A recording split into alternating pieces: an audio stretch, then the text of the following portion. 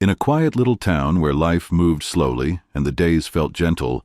there was a small school filled with children whose laughter carried through the hallways and into the playground, and among them was a boy named Daniel, only 8 years old, with curious eyes that often noticed what others missed,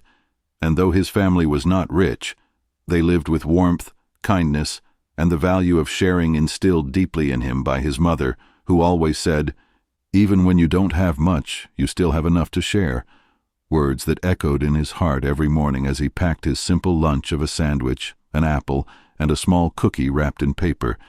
Yet he never thought those words would one day change someone else's life, because in his class there was another boy named Aaron, quiet and withdrawn, who often sat in the back of the classroom with his head down,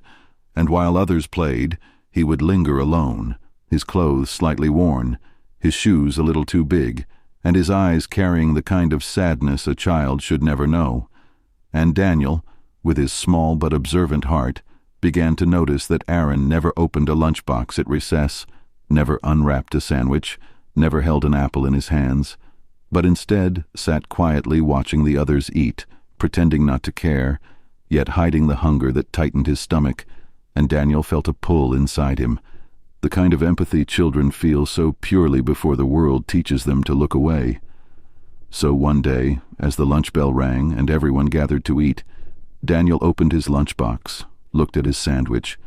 and without hesitation walked over to Aaron, sat beside him, and said with a shy smile, "Do you want to share my lunch?"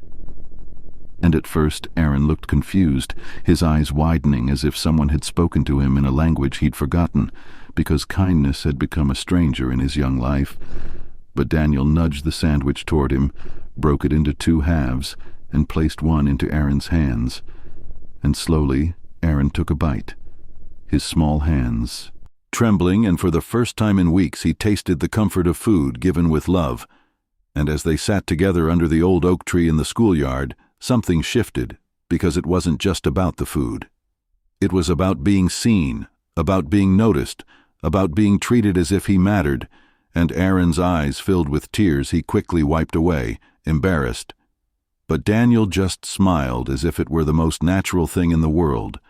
and that moment, so simple on the surface, began to ripple quietly, because the next day Daniel packed his lunch with his mother's help, and again sat beside Aaron, and again offered to share, and each day after that, until soon it became a routine, a silent promise between 2 children that no one would have to sit hungry and alone. And as days turned into weeks, their friendship blossomed, laughter replacing silence, stories replacing loneliness, and the teachers began to notice that Aaron was no longer withdrawn, that his eyes carried a light that had been missing.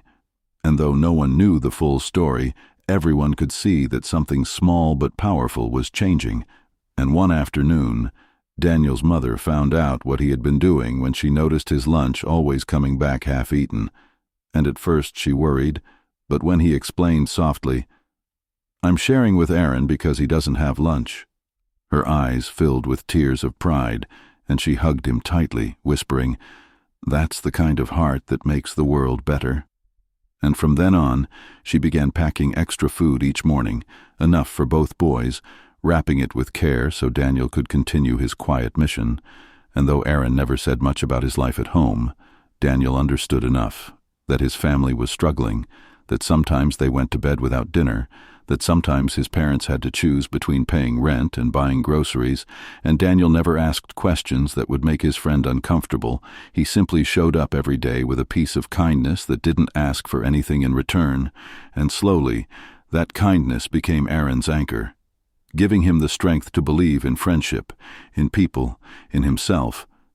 And years later, when they were older, when childhood had faded into memory, Aaron would look back on those lunches not just as food, but as lifelines, because in those moments, someone reminded him he was not invisible, that he mattered, and that even the smallest act of sharing could carry the weight of love. And when graduation came, and they both stood side by side in their caps and gowns, Aaron turned to Daniel and said with tears in his eyes, "I don't think I would have made it this far without you." And Daniel smiled the same way he had that very first day under the oak tree, because for him it was never about heroism or recognition. It was simply about doing what felt right. And that is the quiet, extraordinary power of kindness. It doesn't demand applause. It doesn't wait for reward. It just gives. And in giving, it changes lives, often in ways unseen. And this story of a little boy who shared his lunch with a hungry classmate reminds us all that the simplest gestures often leave the deepest marks, that the world doesn't always need grand acts to heal. Sometimes it only needs a sandwich, an apple, and the willingness of one small heart to say, "You're not alone." And as we listen to their story, we are reminded of the hidden struggles people carry, the battles fought in silence, and how a moment of compassion can become the light that guides someone through their darkest days. And maybe the next time we see someone in need, whether it's a hungry child, a lonely neighbor, or even a stranger in the street, we'll remember Daniel and Aaron and realize that we too have something to share, no matter how small, because kindness is not measured by the size of the gift, but by the love that comes with it. And just like the little boy who shared his lunch, we might discover that in feeding another's hunger, we also feed our own soul, leaving behind a legacy that lives on in hearts long after the sandwiches are gone.